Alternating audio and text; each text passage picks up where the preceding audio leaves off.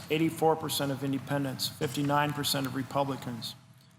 3/4 of voters express a desire for their senators to oppose a Supreme Court nominee who has ruled in favor of allowing campaign contributors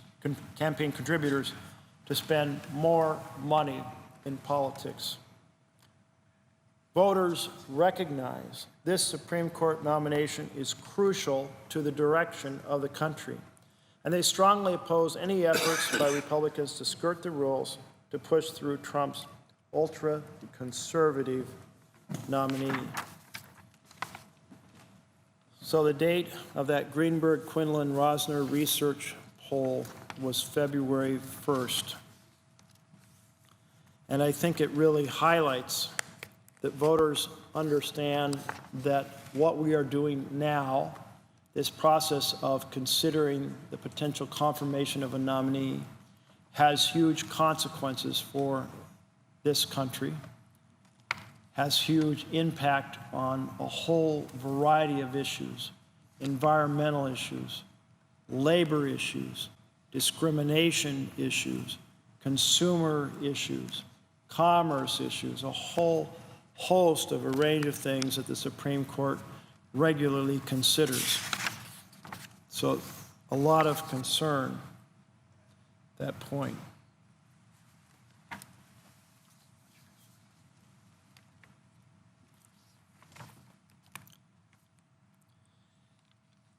And here is another issue, and that is the potential impact on LGBT rights. This article by Rebecca Buckwalter-Posa, titled "Judge Gorsuch Threatens the Dignity of LGBT People." Judges with Supreme Court aspirations tend to guard their views, avoiding stances and statements that could impede a nomination or a confirmation. Judge Neil Gorsuch has done just that, leading observers to look to his influences rather than his issuances. Among them is Justice Anthony Kennedy, for whom he clerked. While Judge Gorsuch and Justice Kennedy may share a bond, they part ways on several issues. One lesser known but critically important point of potential disagreement surrounds a somewhat nebulous legal principle critical to lesbian, gay, bisexual, and transgender, or LGBT rights: the dignity of free persons. For decades, the Supreme Court has repeatedly affirmed that individuals' due process right to liberty also protects their dignity and shields them from indignity. The concept of dignity encompasses individuals' innate value as people and their right to live free of interference, their right to make important personal decisions, and their entitlement to social recognition or protection from discrimination.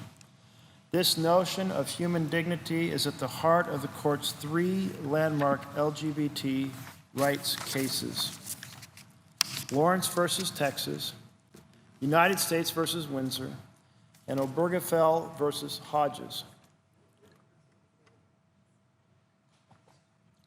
Judge Gorsuch's writing, both on the bench and in his book against assisted suicide, based on his Oxford dissertation, suggests he is, at a minimum, skeptical of the principle from which the right to dignity derives: substantive due process.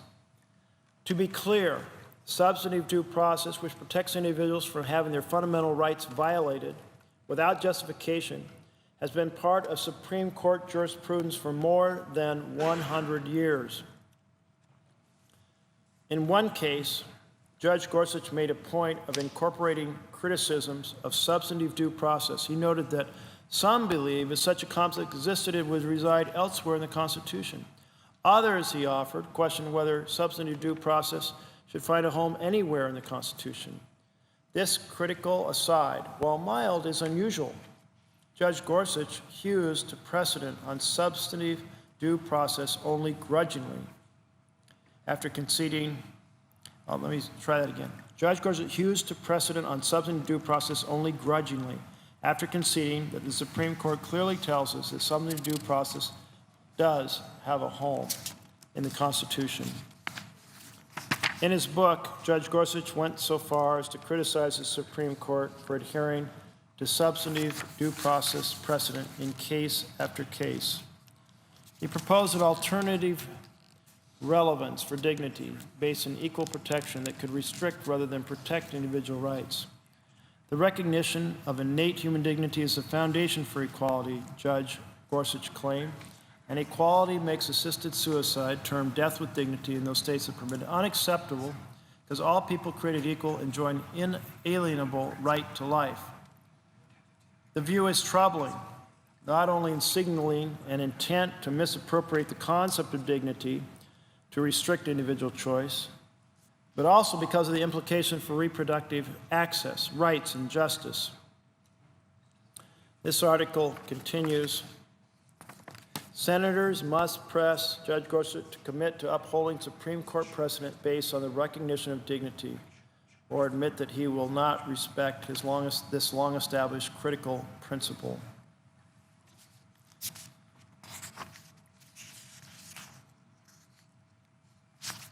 Well, this goes on in somewhat scholarly fashion.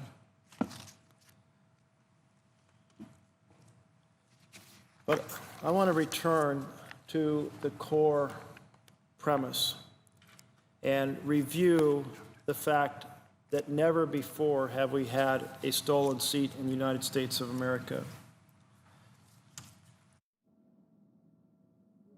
15 seats. Can you put those up?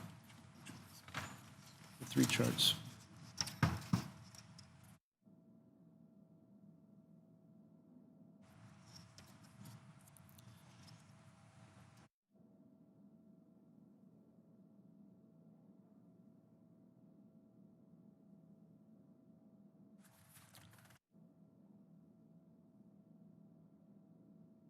Two more, just like it.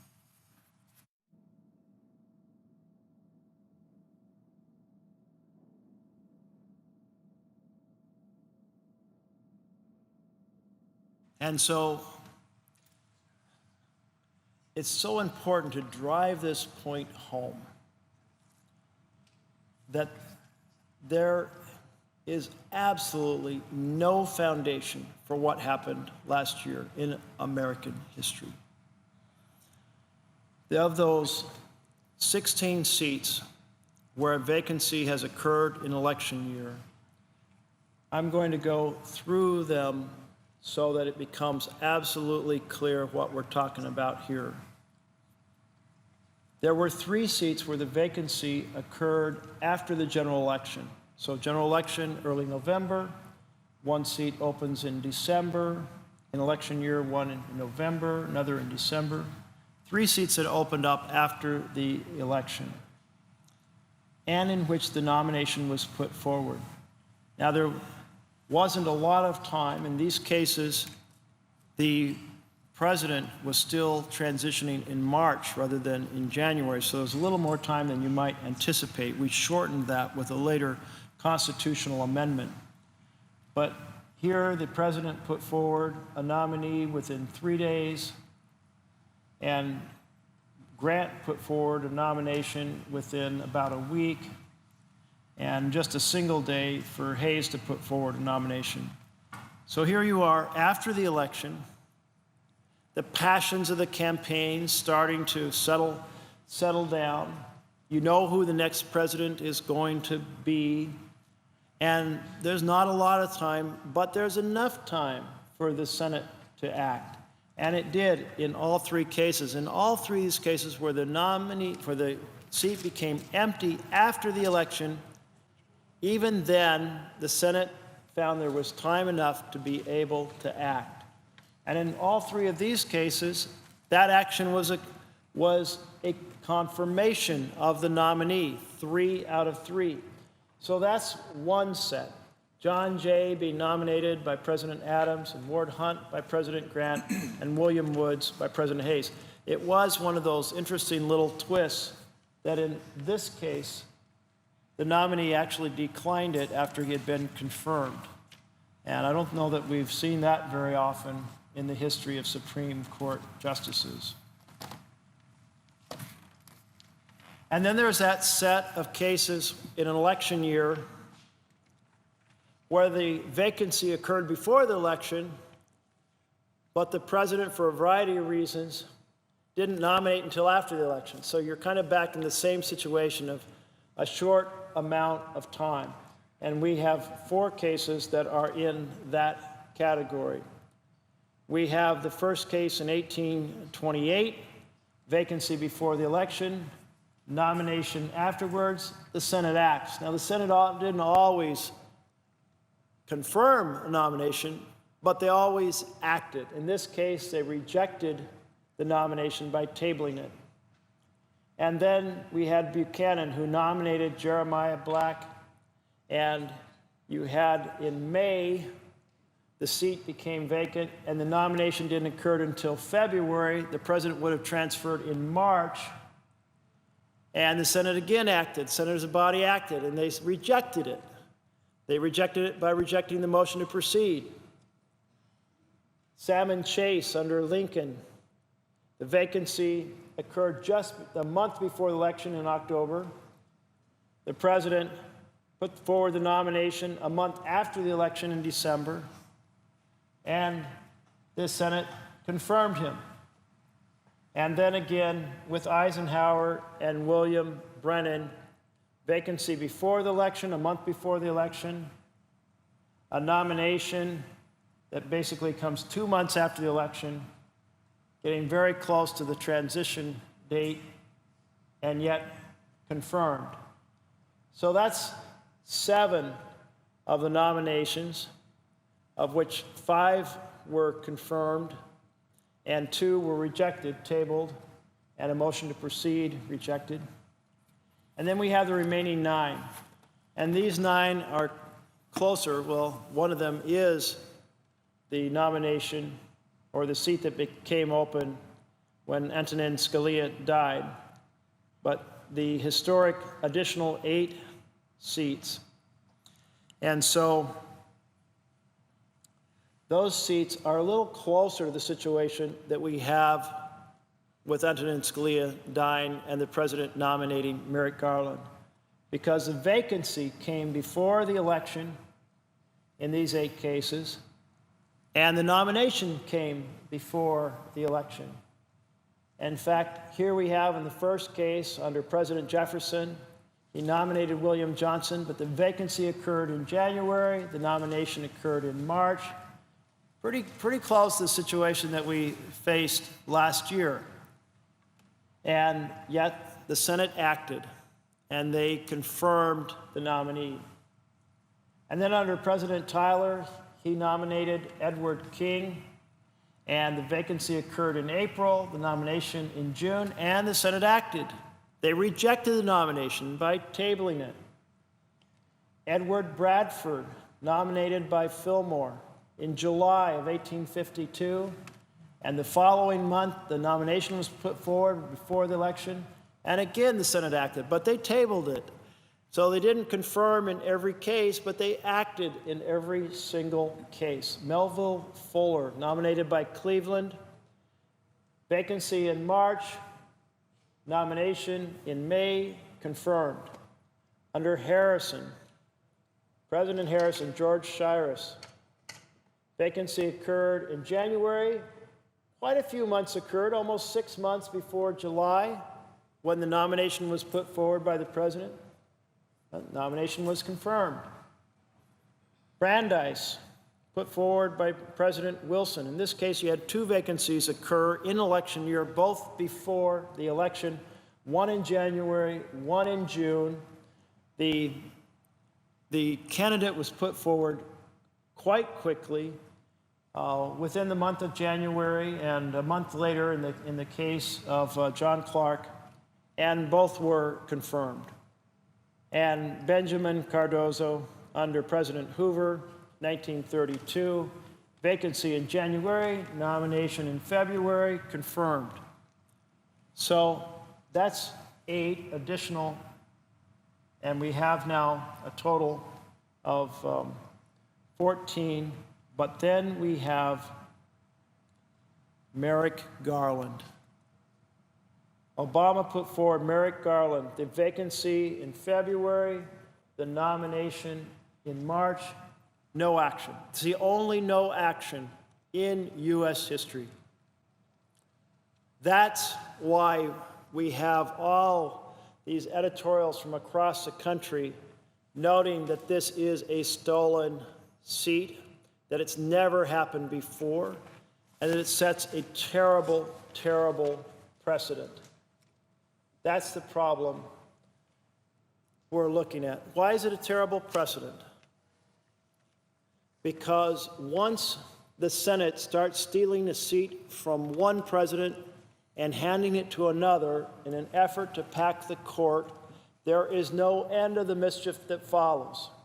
If you can steal a seat, which there was plenty of time to consider in the final year of presidency, you can do it for 2 years. We saw this in terms of many comments that were made by Republican legislators before the November election when they thought the Democratic nominee was going to win, and they were saying, we're going to make sure for 4 years it stays an eight-member court. That no matter that the people have spoken through an election, no matter that a nominee has been put forward who is credible, we're simply not going to consider it for 4 years.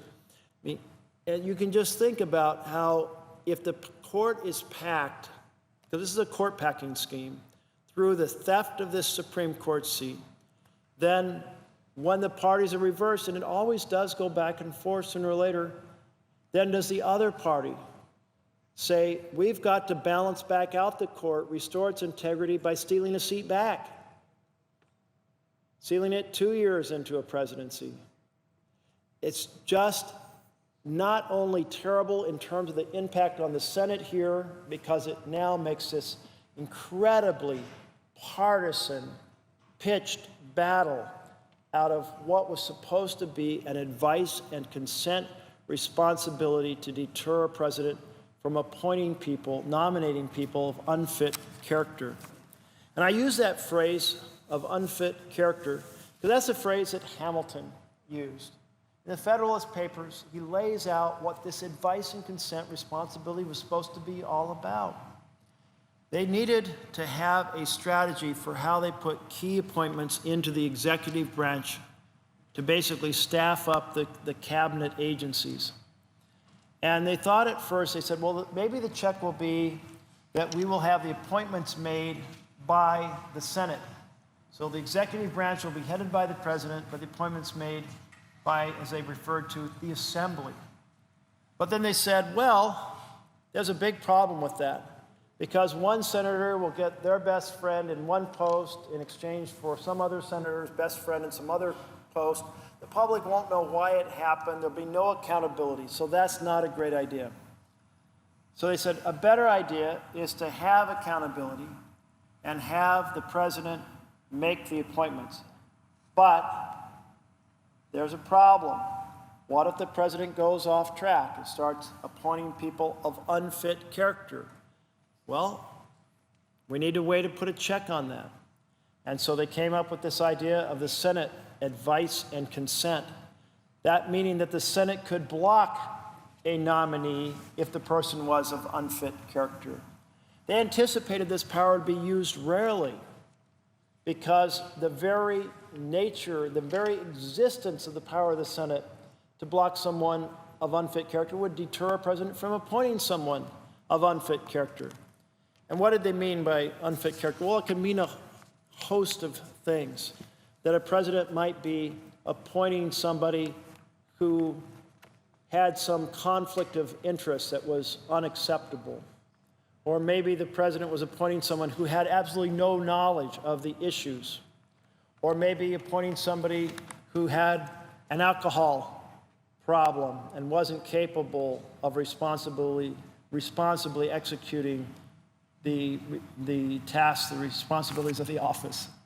And so there are a host of possibilities, but they thought it would be rarely used, that it wouldn't be employed as a tool to conduct warfare on the executive branch, that it wouldn't be used as a tool to conduct warfare on the judiciary. It wouldn't be used as a tool to pack the court and delegitimize the court. And yet we've been seeing all that come to pass in recent years. And so that really is something that we should be deeply concerned about.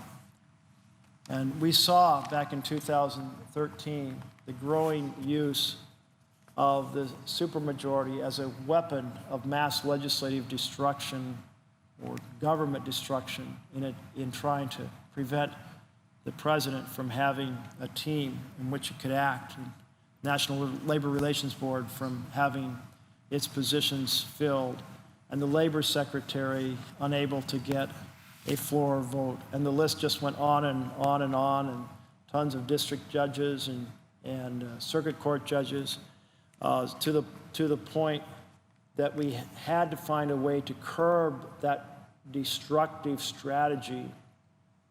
And that meant that we had to go to a simple majority.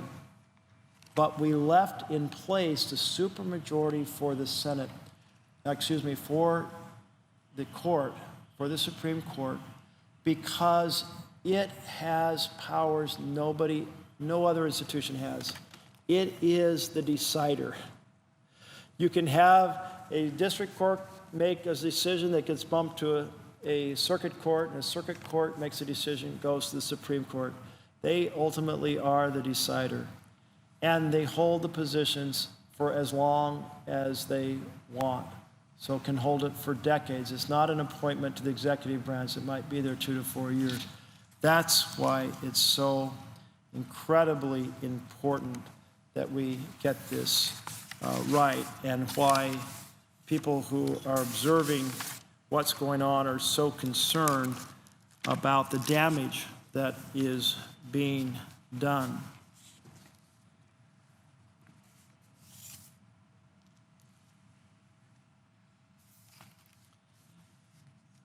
This article is from the New York Times. Neil Gorsuch, the nominee for a stolen seat.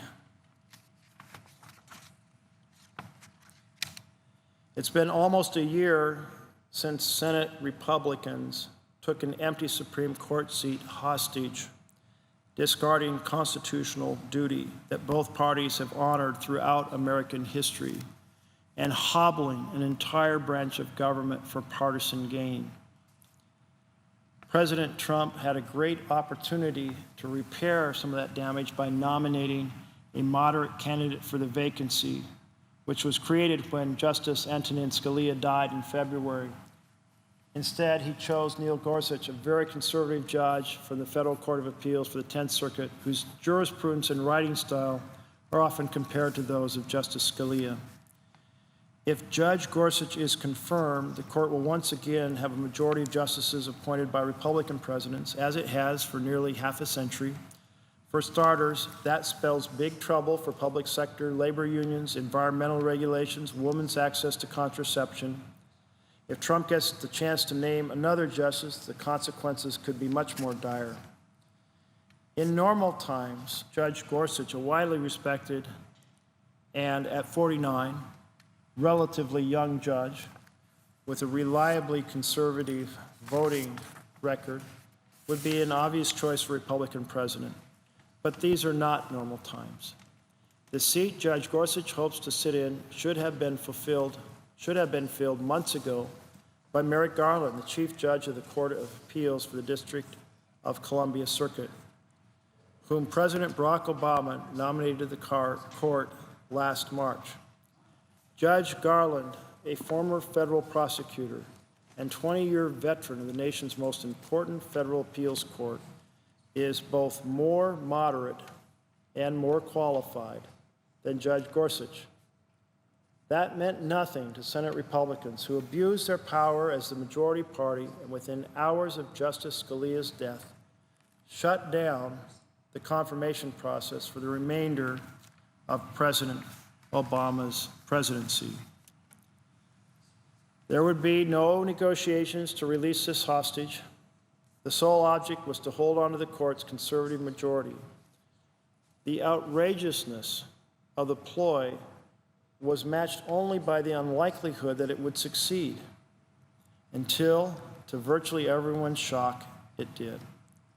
The destructive lesson Senate Republicans taught is that obstruction pays off. Yet they seem to have short memories. After Senate Democrats refused to attend votes on 2 of Mr. Trump's cabinet picks, Senator Pat Toomey of Pennsylvania said, "We did not inflict this kind of obstructionism on President Obama." Even absent such incorrect belief, any Democratic impulse to mimic the Republican blockade by filibustering George Gorsuch would be understandable. But Senate Democrats should be wary, especially because such effort is likely to prove futile, since Republicans had the votes to simply eliminate the use of the filibuster. You know, I think about the fact that it's been bandied about with such lack of gravity that the Senate majority may change the 60-vote requirement for the Supreme Court. Now, it's an immediate tactical victory to do so, but it may turn out to be a tactical mistake in the bit longer term. You could have President Trump have a single opportunity to put in place a Supreme Court justice, and you could have the next president, who might be a Democrat, have many chances to appoint a Supreme Court judge. And so lowering the standard from 60 votes designed to have a judge down the middle could lead to very different consequences depending on when various judges retire, when they retire, and who they are, where they are in the spectrum, something that none of us can predict. So it is certainly a strategy that has simply just been asserted as, well, we'll just do it. Not only is it have high tactical risk, but it just is another blow of the axe, felling the trees in the forest of the integrity of the court and the integrity of the Senate. So it sets the stage for all these battles that are going to come over future nominees. A pure partisanship, short-term gain, grudges to be remedied, rather than the advice and consent vision that was in our Constitution. The vision that Hamilton laid out would probably have to be used rarely because it would deter presidents from making nominations of people of unfit character. So I'm really disturbed about where we are headed. There's many, many policy issues that seem important at the time as they come from this floor, and they are important. They're issues related to the ability of workers to get fair wages for the value they bring to the development of their products they make. There's certainly key issues about our transportation infrastructure, key challenges on health care. But a single Supreme Court seat can change policy on a huge spectrum of issues, with the Supreme Court as the final arbiter. If we have a pivot point in which dark money, unlimited amounts of funds are injected into the national campaigns forevermore, well, we're never going to heal and get back to the point of the Senate being a great deliberative body, because that dark money will own this body and control this body, much as it does now after the entry of the Koch brothers into the national campaign contests. So that's the impact of a single Supreme Court decision, but it has huge impact on who serves here and what decisions they make. It has huge impact on whether we are we the people government or government by and for the most powerful.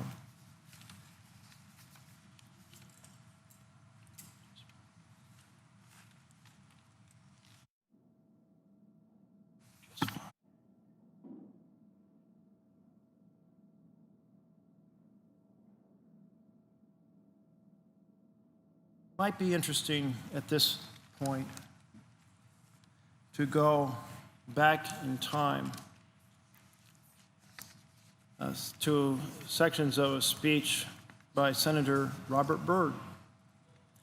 Senator Byrd was still here in the Senate when I came here in 2008. He was one of 4 senators that were in the Senate when I was an intern in 1976. So he says in this speech, delivered September 15th, 1998, in the old Senate chamber, "Cleo being my favorite muse, let me begin this evening with a look backward over the well-traveled road of history. History always turns our faces backward, and this is as it should be, so that we might be better informed and prepared to exercise wisdom in dealing with future events. To be ignorant of what happened before you were born," said Cicero, "is to remain always a child." So for a little while, as we meet together in this hallowed place, let us turn our faces backward. Look about you. We meet tonight in the Senate chamber, not the chamber in which we transact our business daily now, but the old Senate chamber, where our predecessors wrote the laws before the Civil War. Here in this room, Daniel Webster, he moved about the chamber from time to time. Daniel Webster orated. Henry Clay forged compromises. John C. Calhoun stood on principle. Here, Henry Foote of Mississippi pulled a pistol on Thomas Hart Benton of Missouri. Senator Benton ripped open his coat and said, "Let the assassin fire and stand out of my way." Here, the eccentric Virginia Senator John Randolph brought his hunting dogs into the chamber. And the dashing Texas Senator Sam Houston sat over here to my right. He sat at his desk whittling wooden hearts for ladies in the gallery. Seated at his desk in the back row, Massachusetts Senator Charles Sumner was beaten violently over the head with a cane, wielded by Representative Preston Brooks of South Carolina, who objected to Sumner's strongly abolitionist speeches and the vituperation that Sumner had heaped upon Brooks' uncle, Senator Butler of South Carolina.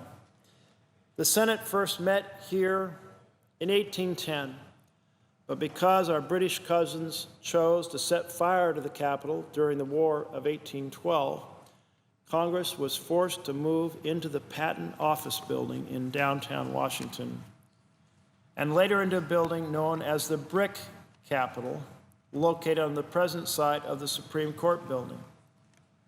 Hence, it was December 1819 before senators were able to return to this restored and elegant chamber.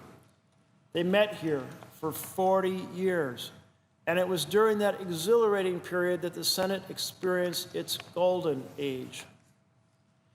Here in this room, the Senate tried to deal with the emotional and destructive issue of slavery by passing the Missouri Compromise of 1820. That act drew a line across the United States and asserted that the peculiar institution of slavery should remain to the south of the line and not spread to the north. The Missouri Compromise also set the precedent that for every slave state admitted to the Union, a free state should be admitted as well, and vice versa. What this meant in practical political terms was that the North and the South would be exactly equal in voting strength in this chamber, and that any settlement of the explosive issue of slavery would have to originate here in the Senate. As a result, the nation's most talented and ambitious legislators began to leave the House of Representatives to take seats here in the Senate chamber. Here, they fought to hold the Union together through the Omnibus Compromise of 1850, only to overturn these efforts by passing the fateful Kansas-Nebraska Act of 1854. The senators moved out of this room in 1859 on the eve of the Civil War, when they marched in procession from this chamber to the current chamber. It marked the last time that leaders of the North and South would march together. The next year, the South succeeded, and senators who had walked shoulder to shoulder here parted to become military officers and political leaders of the Union and the Confederacy. This old chamber that they left behind is not just a smaller version of the current chamber. Here, the center aisle divides the two parties, but there are an equal number of desks on either side. You will count 32 on one side and 32 on the other, not because the two parties were evenly divided, but because there was not room to move desks back and forth, depending on the size of the majority, as we do today. That meant that some members of the majority party had to sit with members of the minority. It did not matter to them. The two desks in the front row and the center aisle were not reserved for majority and minority leaders as they are now, because there were no party floor leaders at that time. No senator spoke for his party. Every senator spoke for himself. There were recognized leaders among the senators, but only unofficially. Everyone knew, for example, that Henry Clay led the Whigs, but he would never claim that honor. Clay generally sat in the last row at the far end of the chamber, so I could talk to senators as they came in to vote. The Senate left this chamber because it outgrew the space. When they first met here in 1810, there were 32 senators. So many states were added over the next 4 decades that when they left in 1859, there were 64 senators. Yet, while the Senate increased in size, it was essentially the same institution the founders had created in the Constitution. Today, another century and 4 decades later, and having grown to 100 senators, it is still essentially the same institution. The actors have changed, the issues have changed, but the Senate, which emerged from the Great Compromise of July 16, 1787, remains the great forum of the states. This is so largely because, as a nation, we were fortunate to have wise, cautious people draft and implement our Constitution. They were pragmatists rather than idealists. James Madison, particularly, had a shrewd view of human nature. He did not believe in man's perfectibility. He assumed that those who achieved power would always try to amass more power, and that political factions would always compete out of self-interest. In the Federalist Papers, Madison reasoned that in framing a government which is to be administered by men over men, the great difficulty lies in this: you must first enable the government to control the government, and in the next place oblige it to control itself. Madison and other framers of the Constitution divided power so that no one person, no single branch of government could gain complete power. As Madison explained it, ambition must be made to counteract ambition. However, ambition has not always counteracted ambition, as we saw in the enactment by Congress of the line item veto in 1996. Just as the Roman Senate ceded its power over the purse to the Roman dictators, Sulla and Caesar, and to the later emperors, thus surrendering its power to check tyranny, so did the American Congress, the Senate included. By passing the Line Item Veto Act, the Congress surrendered its control over the purse, control which had been vested by the Founding Fathers here in this legislative branch. This brings me to the first point I would like to leave you with this evening.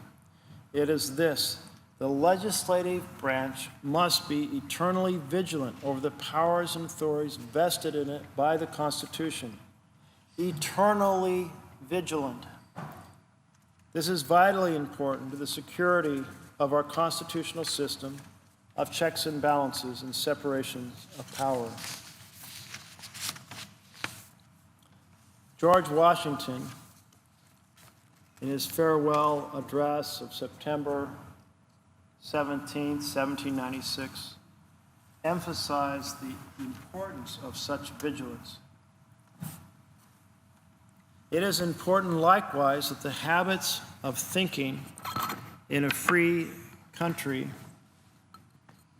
should inspire caution in those entrusted with its administration to confine themselves within their respective constitutional spheres, avoiding in the exercise of the powers of one department to encroach upon another. The spirit of encroachment tends to consolidate the powers of all the departments in one, and thus to create, whatever the form of government, a real despotism. The necessity of reciprocal checks in the exercise of political power by dividing and distributing it into different depositories and constituting each the guardian of the public weal against invasions of the others has been evinced by experiments, ancient and modern. To preserve them must be as necessary as to institute them. Each member of this body must be ever mindful of the fundamental duty to uphold the institutional prerogatives of the Senate if we are to preserve the vital balance which Washington so eloquently endorsed. Senator Byrd continues, "During my 46 years in Congress, and particularly in more recent years, I have seen an inclination, I think I have, on the part of many legislators in both parties to regard a chief executive in a role more elevated than the framers of the Constitution intended. We, as legislators, have a responsibility to work with the chief executive, but it is intended to be a two-way street. The framers did not envision the office of president as having the attributes of royalty. We must recognize the heavy burden that any president bears, and wherever and whenever we can, We must cooperate with the chief executive in the interest of all the people. But let us keep in mind Madison's admonition. Ambition must be made to counter ambition. As Majority Leader in the Senate during the Carter years, I worked hard to help President Carter enact his programs, but I publicly stated that I was not a president's man. I was a Senate man. For example, in July 1977, I opposed President Carter's plan to sell the AWACS, that's the Airborne Warning and Control System, to Iran. Iran was then a military ally of the United States, but I was troubled over the potential security risks involved and the possibility of compromising highly sophisticated technology in this volatile region. I was concerned that the sale ran contrary to our national interests in maintaining a stable military balance and limited arms proliferation in the Middle East. Both houses of Congress had to vote disapproval resolutions to stop the sale. I enlisted the support of then Republican Minority Leader Howard Baker. Senator Baker was someone who could rise above the political party when he believed it was in the national interest required it, just as he did during the Panama Canal debates. The Carter administration chose to withdraw the sale of AWACS temporarily, and shortly afterwards, the Iranian Revolution occurred and the Shah was replaced. Had that sale gone through as planned, those sophisticated aircraft would have fallen into the hands of an unfriendly government. As so often has happened in our history, individual courage and character again charted the course. I want to return to his point about Republican Minority Leader Howard Baker.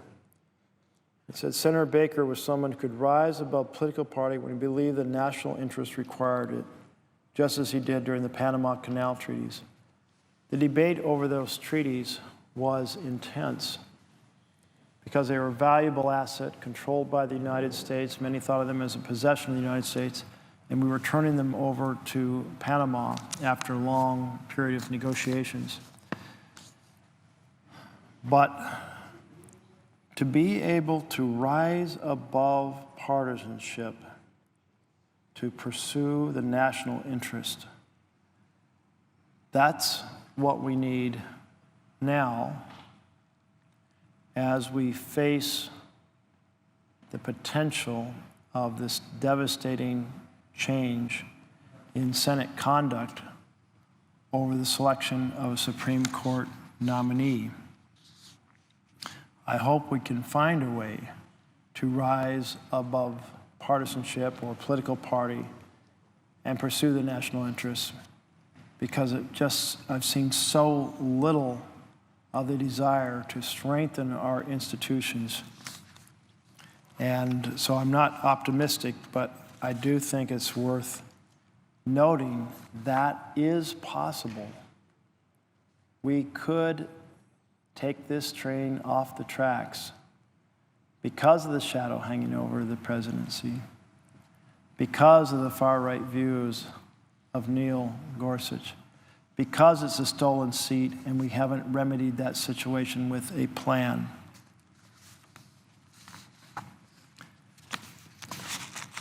Senator Robert Byrd continued, saying, "This brings me to my second point.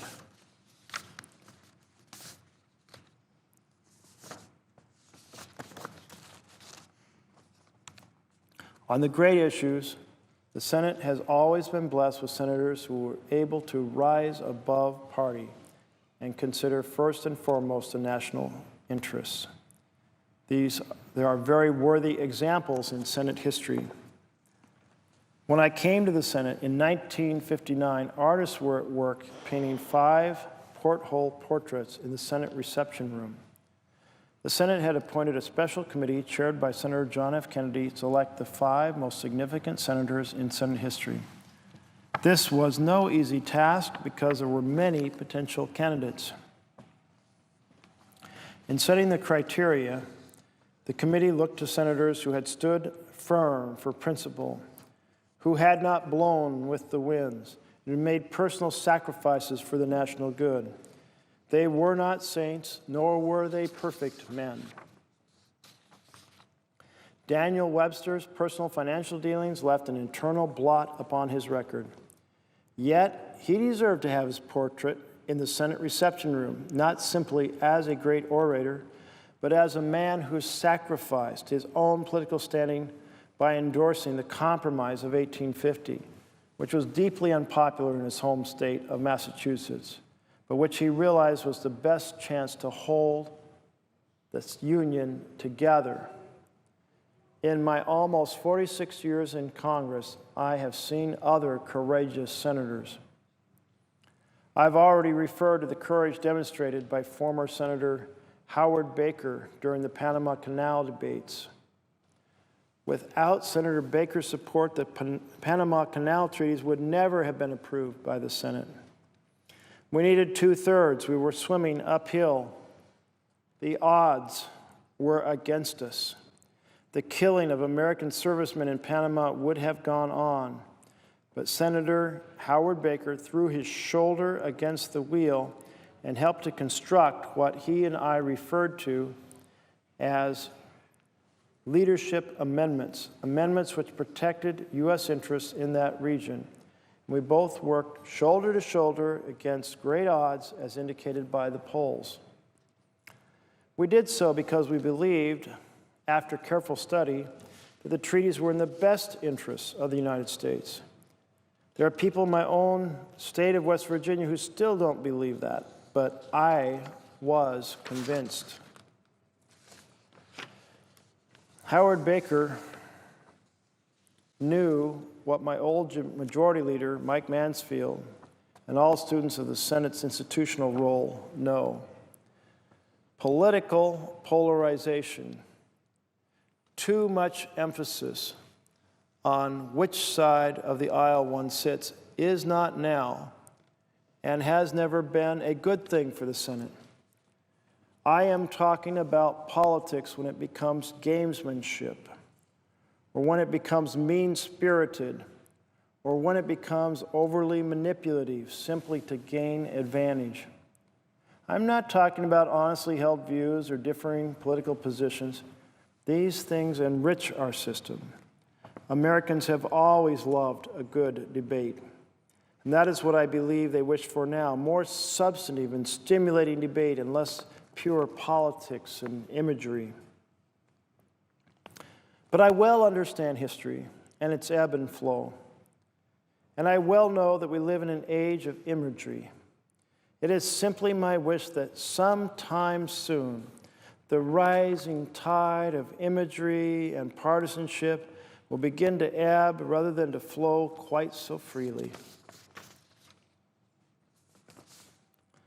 Washington, in his farewell address, warned us against the baneful effects of the spirit of party when he said, "In governments purely elective, it is a spirit not to be encouraged.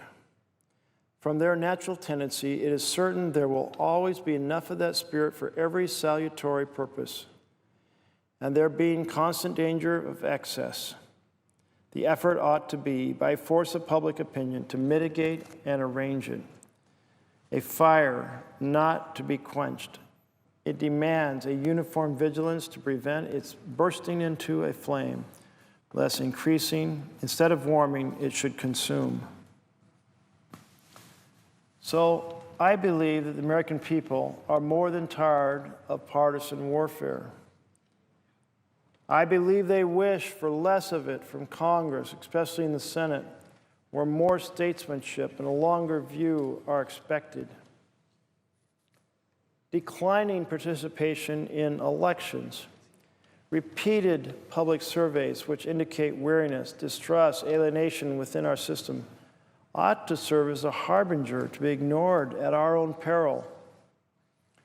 It must be a matter of concern to all of us that all too few Americans look to office holders for inspiration in these troubled and turbulent times. How can we attract the talent needed to serve in public office in future years if elected officials continue to be held in such low esteem?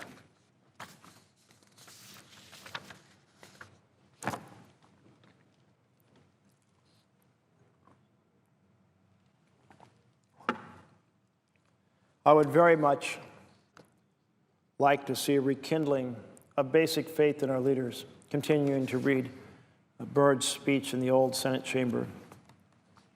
I would very much like to see a rekindling of basic faith in our leaders and a renewal of interest in politics and public service.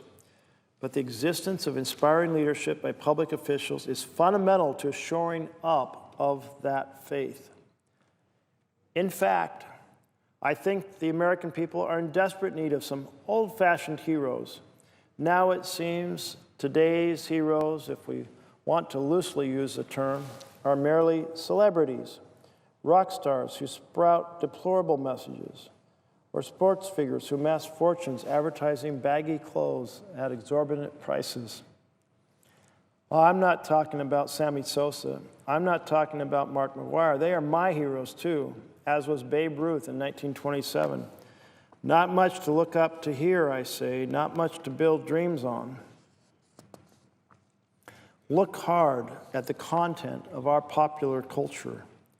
There really is nothing to inspire and look up to, and regrettably, there's also not much to counter the empty commercialism which is so prevalent it has become the norm. So, Senator Byrd continued, where are we in all of this? What is our role? What part can we as senators, authority figures, statesmen representing the people play while we simultaneously endeavor to carry out our 200-year-old mandate, bequeathed to us by some of the most brilliant men of their age, or of any age, before or since? Well, we can show up for our roll call votes, carry out our committee assignments, issue the obligatory press releases, dutifully follow up on constituent requests, and answer our mail. All of these are necessary and to a greater or lesser degree important.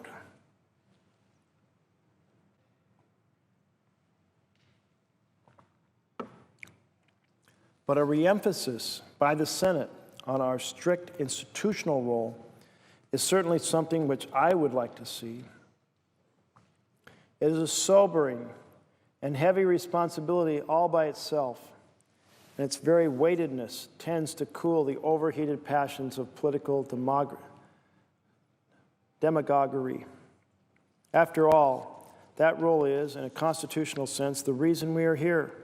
The framers expected a zealous defense of our powers to keep the tyrants at bay. But there is still another role, an intangible something, that we who are privileged to sit in this body, and indeed leaders in the private sector, as well as those who write and reflect upon our news, are called upon to play. I call it the duty beyond our duties. The duty I am talking about is the duty to endeavor to inspire others and to demonstrate, through personal example, that public service of all types ought to be an honorable calling, contrary to what many believe is absolutely the wrong place for the slick and the insincere.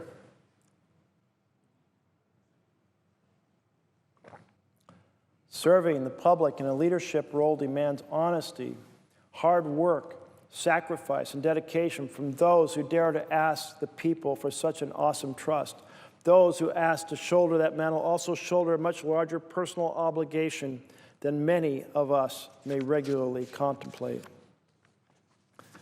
Mr. Leader, we all have a clear responsibility to serve as role models, to inspire our people, and particularly our young people, to be and to do their best. On that course, On that score, we politicians as a group generally miss the mark. Perhaps it's because power, whether it be the power of political office or the power to run giant corporations or the power to report and analyze events, is a very heady thing. It can lead to arrogance, self-aggrandizement, disregard for playing by the rules, and contempt for the people who send us here. It can lead us to forget that we are servants, not masters. Senator Byrd continued, in the real world, exemplary personal conduct can sometimes achieve much more than any political agenda. Comity, courtesy, charitable treatment of even our political opposites, combined with a concerted effort to not just occupy our offices, but to bring honor to them, will do more to inspire our people and restore their faith in us, their leaders, than millions of dollars of 30-second spots or glitzy puff pieces concocted by spin masters. These are troubling times for our nation and our people on both the national and international fronts. For our country to weather the rough seas ahead, we must use our most tempered judgment and seek out our best and most noble instincts. Our example here can be a healing element, a balm to salve the trauma of distrust and disillusionment too long endured by good people. Let each of us follow his or her own conscience when it comes to issues. But as we do so, may we be ever mindful that our people watching us and the people who sent us here can take us back home again. Let us be aware of the sublimely uplifting part which the examples of simple dignity, decency, decorum, and dedication to duty can play in the life of a nation. Senator Byrd had yet more words to share. Let us also remember that even after 200 years, the Senate is still the anchor of the Republic, the morning and evening star in the American constitutional constellation. It has had its giants and its little men, its Websters and its Bilbos, its Calhouns and its McCarthys. It has been the stage of high drama, of comedy, and of tragedy, and its players have been the great and the near great, those who think they are great, and those who particularly never will be great.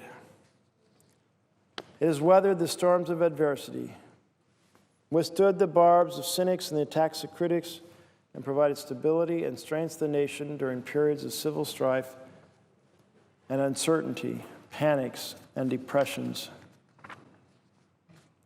In war and in peace, it has been the sure refuge and protector of the rights of the states and of a political minority, because great and courageous senators have always been there to stay the course and keep the faith.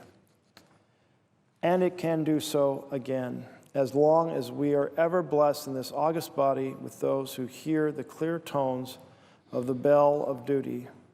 The Senate will continue to stand the great forum of the constitutional American liberty.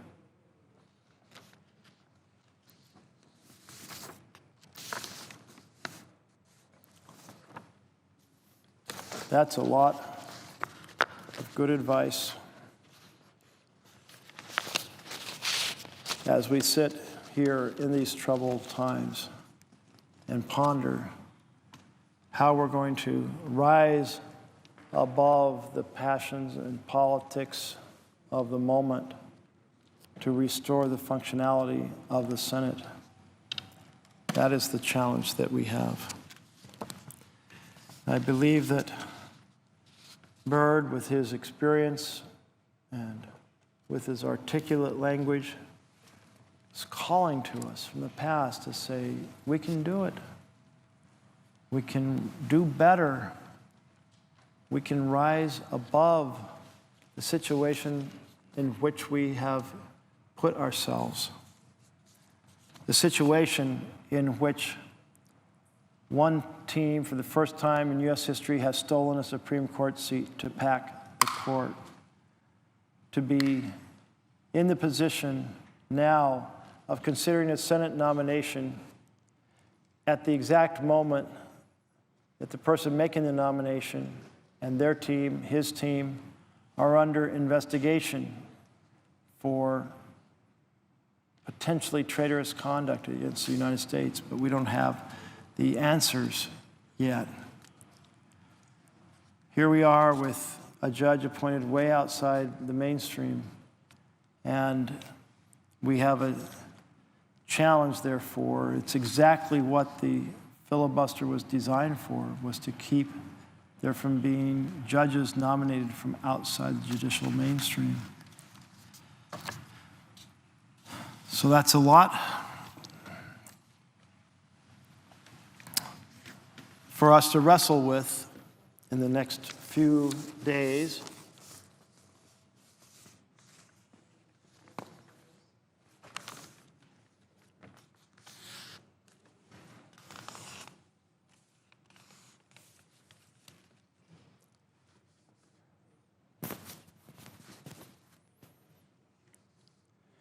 The New Yorker did an analysis of where Neil Gorsuch lies. Why don't we put up that Twin Peaks chart again?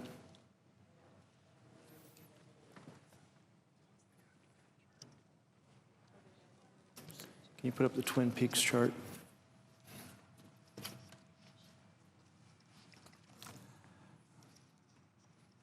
The subtitle says, "Every sign suggests that it'd be at least as conservative a judicial activist as Samuel Alito." Now, this is a different source, but that's the same basic point, showing an analysis that places Neil Gorsuch to the right side of the right peak in terms of ideology.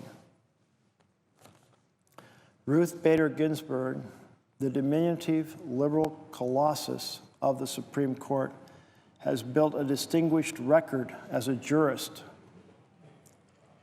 But her legacy as a nominee is more dubious.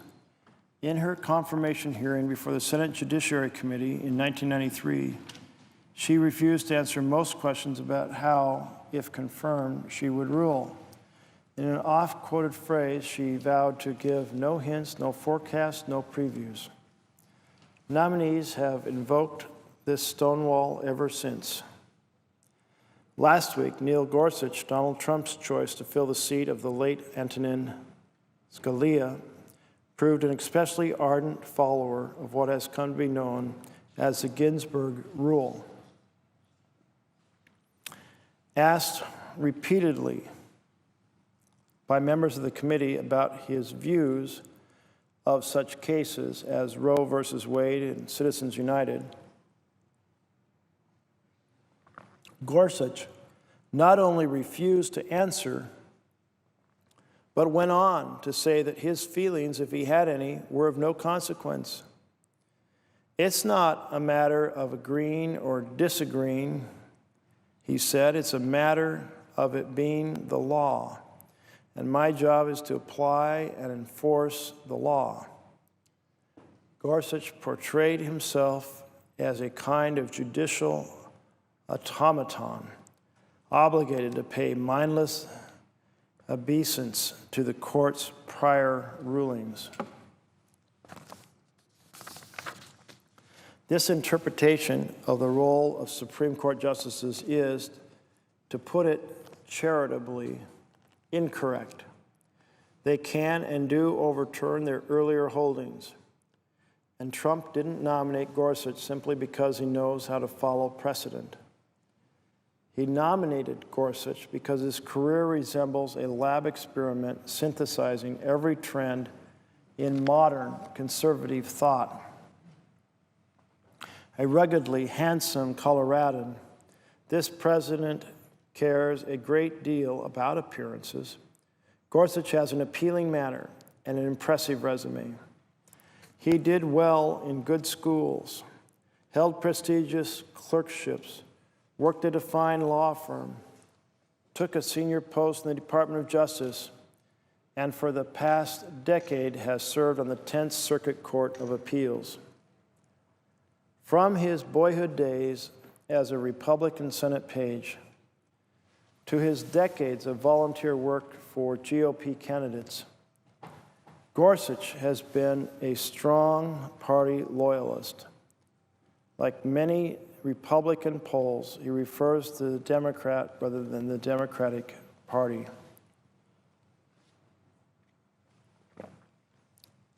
His background also includes a dose of pro-corporate, deregulatory libertarianism, as reflected in his close relationship with the billionaire Philip Anschutz, a client-turned-mentor.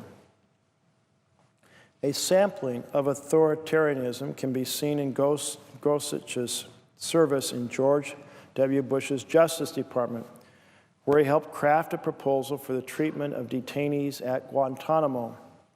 The Supreme Court later ruled it unconstitutional. There's social conservatism, too, evident in his one book, A Critique of Death with Dignity Laws and Physician-Assisted Suicide. All human beings are intrinsically valuable, he wrote, and the intentional taking of human life by private persons is always wrong. It's easy to read the book as a coded attack on abortion rights. To the extent that Gorsuch said anything of substance at his hearing, he put himself across as a mainstream figure.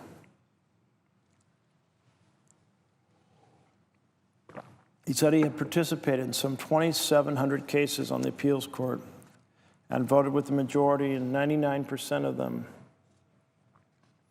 This proves only that most cases are routine. Even the Supreme Court issues unanimous rulings more than half the time.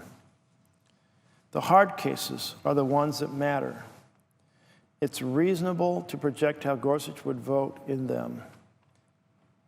He would oppose abortion rights. Trump promised to appoint a pro-life justice. His predilection for employers over employees is such that it yielded a circuit court opinion of almost Gothic cruelty. When sub-zero temperatures cause a truck driver's trailer brakes to freeze, he pulled over to the side of the road. After waiting 3 hours for help, he began to lose feeling in his extremities. So he unhitched the cab from the trailer and drove to safety. His employer fired him for abandoning company property. The majority in the case called the dismissal wrong, but Gorsuch said the driver was in the wrong.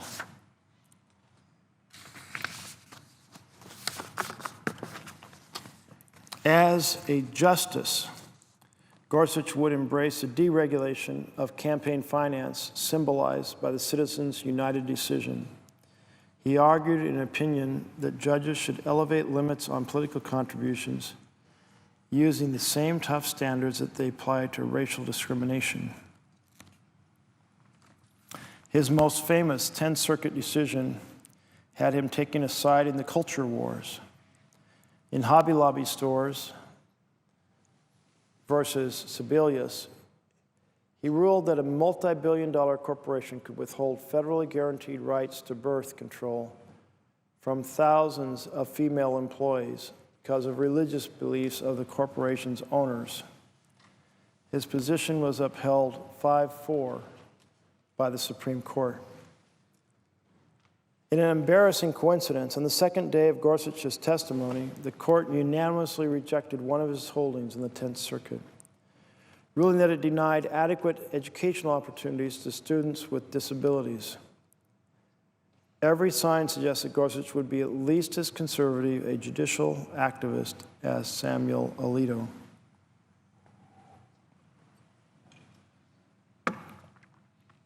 It's also clear that Neil Gorsuch is not Merrick Garland. Gorsuch's nomination is inextricable from its shameful political context. When Scalia died, more than 11 months remained in Barack Obama's presidency. The Senate Republicans refused to give his nomination even a hearing.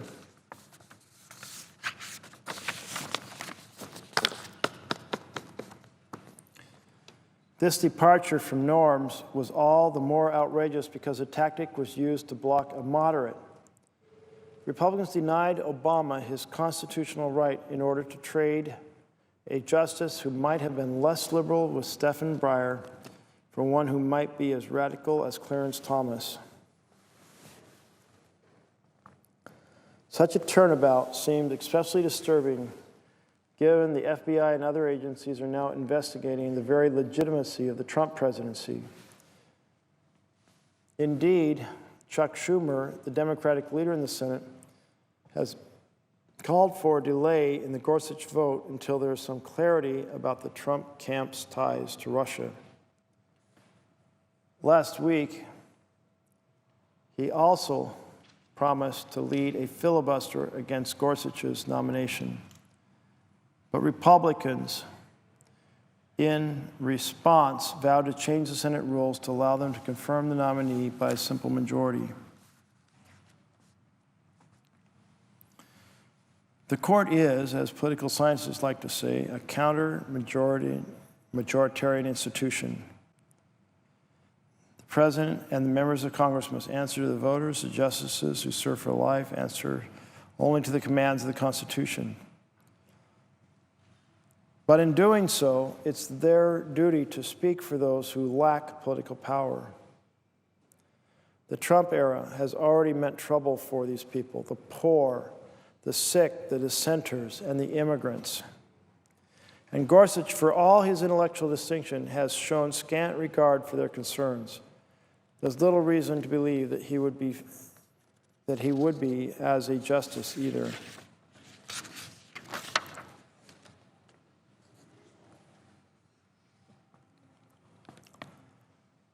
The LA Times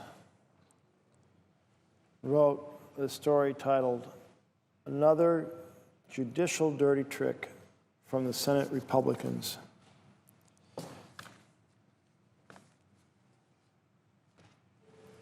One of 2016's most spectacular examples of government dysfunction was the U.S. Senate's outrageous refusal to consider President Obama's nomination of Judge Merrick Garland to replace late Antonin Scalia on the Supreme Court.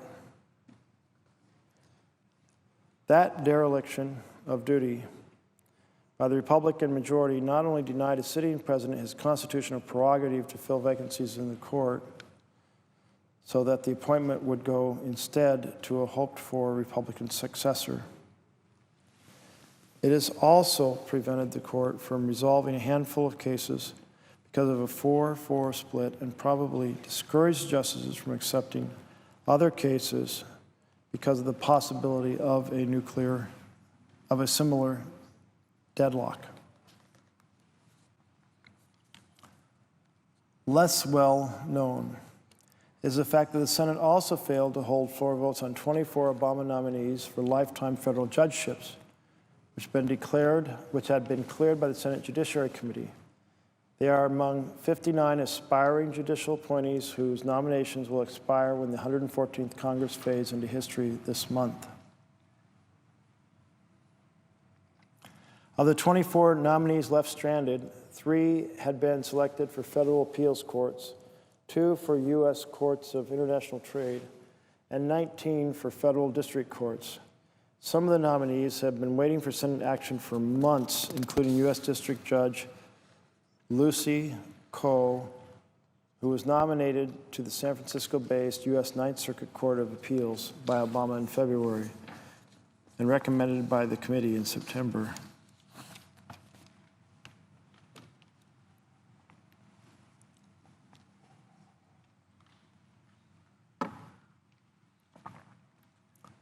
Senator Patrick Leahy of Vermont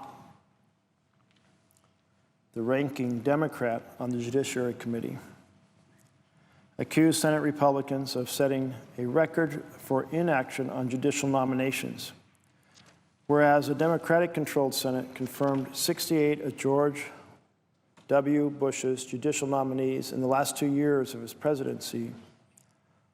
Only 22 nominees have been confirmed in the comparable period, Democrats note. Republicans counter by citing other statistics, such as the fact that Obama has had more judicial nominees confirmed overall than Bush did in his 2 terms, 329 to Bush's 326. It's also true that the Democratic-controlled Senate ended its business in 2008 without having confirmed 26 Bush judicial nominees. And both parties have a history of refusing to act on highly qualified judicial nominees proposed by a president of the other party. Yet Leahy's indictment is on point. As with Senate Majority Leader Mitch McConnell's stonewalling of the Garland nomination, the failure to act on these lower court nominations is extreme and inexcusable. Extreme and inexcusable. As we noted above, it represents a partisan attempt to prevent Obama from exercising his right, as the Constitution puts it, to appoint judges by and with the advice and consent of the Senate. Sabotaging the exercise of that authority is offensive, not only because it undermines the Constitution, but because it perpetuates a partisan grudge match over the federal courts. It would be utterly understandable if Senate Democrats now retaliated by making it difficult for President-elect Donald Trump's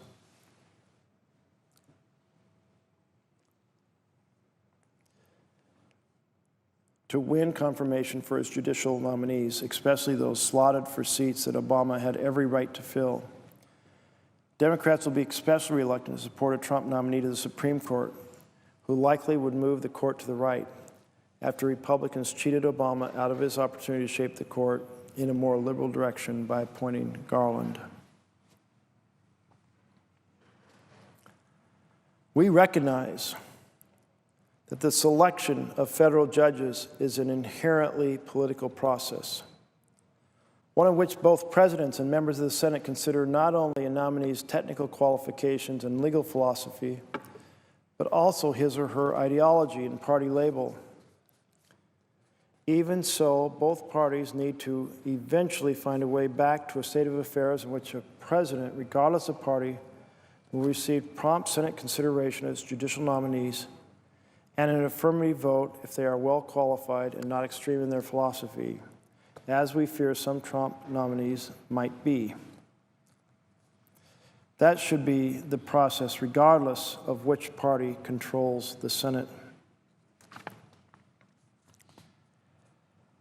That is important because denying qualified judicial nominees a vote harms the federal judiciary by denying it needed personnel and by telling lawyers who might aspire to the bench that their nominations could languish for months and ultimately perish,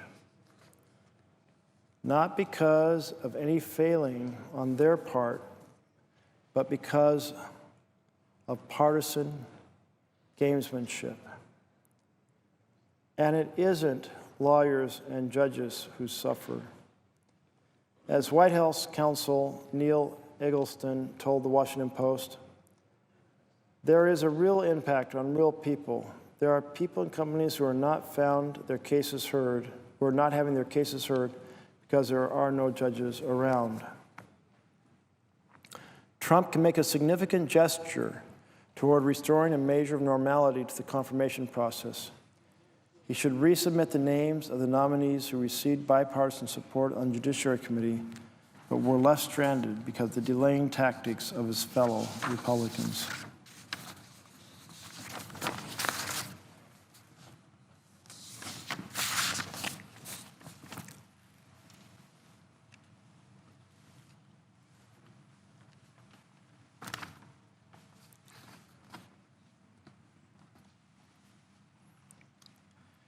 This article is by Paul Gordon, titled Gorsuch and the Senate GOP's Alternative Universe.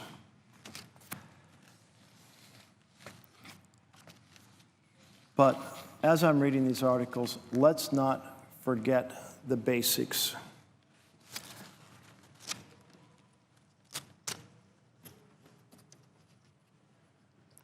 Can you put back up the 9?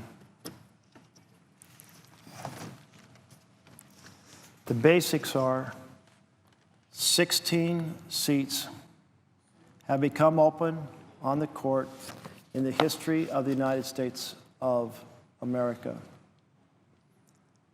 And each and every time up until last year, the Senate acted on the nominee put forward by the president. They confirmed, this is 9 of the 16. These are the 9 that most resemble the situation we had with Merrick Garland, where the vacancy occurred before the election and the nomination occurred before the election.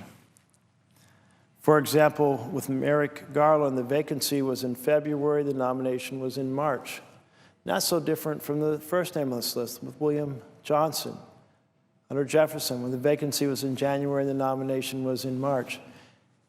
In each and every one of these cases, the cases that occurred where the vacancy was after the election, and the nomination obviously was after the election as well, the cases where the vacancy was before the election, but then the president waited to nominate until after the election, and those cases that are more like Merrick Garland, where both the vacancy and nomination occur beforehand. In virtually every case, well, actually, in every case, in all 15 cases preceding the death of Antonin Scalia, the Senate acted. Of those 15, they confirmed 11, and they defeated 4. And that brought us to last year, and as you can see on this chart, no action, first time in U.S. history. And it wasn't just an alternative way of doing things. It was a strategy to pack the court, to try to send the nomination into the future in the hopes that there would be a conservative president who would nominate a conservative member of the court. Well, I think most folks who were participating in this court-packing scheme didn't really think it would work, because it wouldn't have worked if Democrats won the presidency or gained control of the Senate, and they were considered at least to have a 50-50 shot at each. So it was a surprise to everyone that suddenly we're where we are. But there was no decision, even at that late date after the election. We could have had time to vet and vote on the nominee. There's a whole set of these nominations that occurred after the election. And so it would have been totally possible after the November election to go ahead and still at that point consider Merrick Garland. We wouldn't be in this deep, difficult hole right now had we done so. But we didn't, and it was a deliberate strategy to pack the court that is now on the verge of succeeding if we go through with the vote this week, and if the rules are changed. If the rules aren't changed, then we'll do what has been done over the decades. If your candidate doesn't have the votes, they get withdrawn. You change the candidate. You don't change the rules. The rule of 60 votes to close debate is designed to ensure that there's some bipartisan support for the nominees being put forward. Well, that's an important thing in terms of the integrity of the court. So we've got to resolve this stolen seat. And one way we could do that is to say, hey, we're going to put this on hold. We're going to put it on hold until the investigation is done with the president, and we're going to put it on hold until we have a second open seat. And at that point, Merrick Garland, the president could propose Merrick Garland for one of the seats, the first seat where he should have been duly considered to begin with, and a judge for the second seat that is more to his liking, off his list, if you will. That would get us out of this quagmire. That would protect the credibility of the Senate, and it would protect the legitimacy of the court.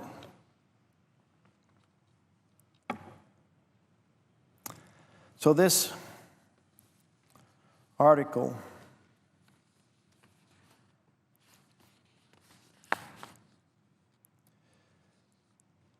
Gorsuch and the Senate's GOP's alternate universe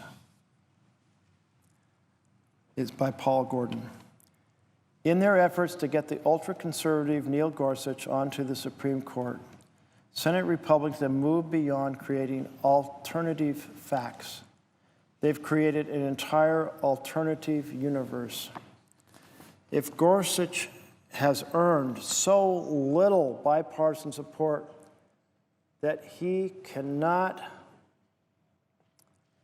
get the support of 60 senators, as all 6 successful nominees of the past 3 presidents were able to do, Mitch McConnell is threatening to change the Senate rules to allow Supreme Court nominees to be confirmed by party-line majority votes.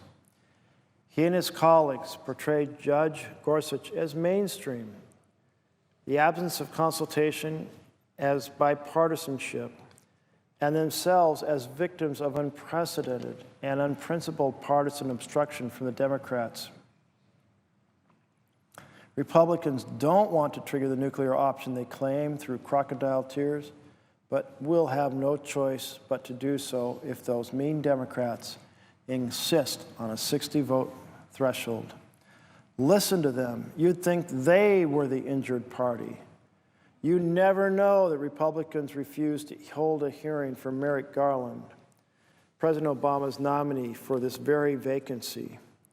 To justify this unprecedented move, they claimed that it had been decades since any president was permitted to immediately fill a vacancy that arose in a presidential election year. They were careful not to mention the reason for that. It's rare for justices to die in office, and Justice Scalia was the only justice since 1950 to pass away during an election year. The refusal to even consider Judge Garland for the Supreme Court was unprecedented, a pure power play that drew wide condemnation. Republicans insisted on a 60-vote threshold for 3 of President Obama's D.C. Circuit nominees, regardless of who they were, and even announced their demand before any nominations were made. They made it clear that they would block President Obama from filling any of the 3 vacancies on the 11-member court. It was this extreme, unprecedented, unprincipled, anti-democratic push that forced the Democrats to drop the 60-vote requirement for lower court nominees. Republicans defended the 60-vote margin during the Obama years as a safety mechanism to encourage presidents to consult with senators of the opposing party and select judicial nominees with bipartisan support. Conservatives claim that Democrats should support Gorsuch because his nomination was the culmination of the most transparent Supreme Court selection process in history, since Trump listed his potential nominees before the election. In fact, this may have been the least transparent selection process in history, designed to lead to an extremist nominee rather than one who could garner bipartisan support. Trump outsourced his Supreme Court selection to 2 of the most influential and well-funded right-wing ideological organizations in the country, the Federalist Society and the Heritage Foundation. Their selection process is the one that matters, and it was anything but transparent. What conversations did they have with Gorsuch that led them to include him on their list? When Senator Blumenthal asked Gorsuch if he'd had any conversations about Roe versus Wade or abortion in general with the Heritage Foundation, Gorsuch only said that no such conversations had occurred after the election, long after he'd been included on the list. We have seen transparent and bipartisan selection processes before, and they looked nothing like what we have seen with the current nomination. For instance, President Clinton consulted closely with Orrin Hatch, then the ranking Republican on the Judiciary Committee, before making his 2 Supreme Court nominations. And that consultation was genuine. Based on Senator Hatch's advice, Clinton passed over his original first choice, acting transparently and in a manner to encourage bipartisanship.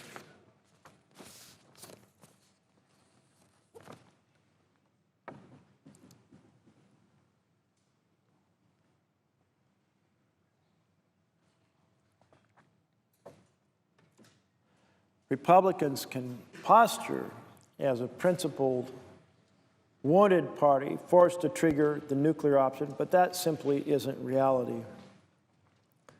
Since the death of Justice Scalia, indeed, since the moment President Obama took office, they have time and again escalated their partisan approach to the selection of judges. They held Obama's circuit court nominees to a 60-vote threshold, then refused to allow votes at all on 3 D.C. circuit vacancies, regardless of who they were, and then refused to even hold a hearing for a Supreme Court nominee. Senate Republicans did not enter this presidency with clean hands. And while much of the GOP obstruction since 2009 had nothing to do with the nominees themselves, Democrats' opposition to Gorsuch is based on his record. Democrats have not said that they will oppose anyone who Trump nominates. In fact, as Senator Minority Leader Chuck Schumer has said numerous times, if Gorsuch cannot earn 60 votes, the solution is not to change the rules, but to change the nominee. It's clear that Senate Republicans have created an alternative universe worthy of a Star Trek episode.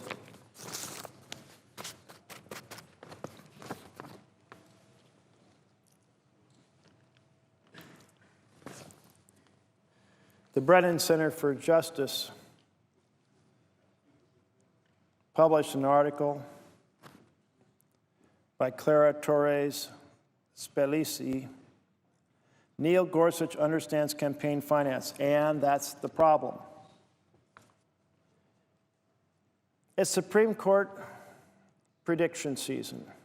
With 10th Circuit Judge Neil Gorsuch's nomination to fill the late Antonin Scalia's seat by President Trump or by whomever he outsourced the job. I'm looking at you, Federalist Society and Heritage Foundation. Now everyone, including me, is poring over his past decisions to see what they could mean for the laws most in flux before the Supreme Court.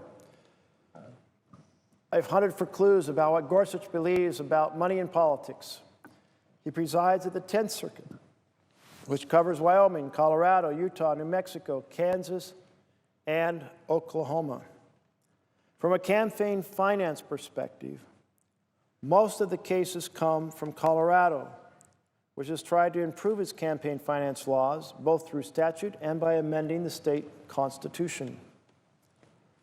Various aspects of the Colorado campaign finance laws have landed in the 10th Circuit, which is not known for being a particularly hospitable venue for reformers.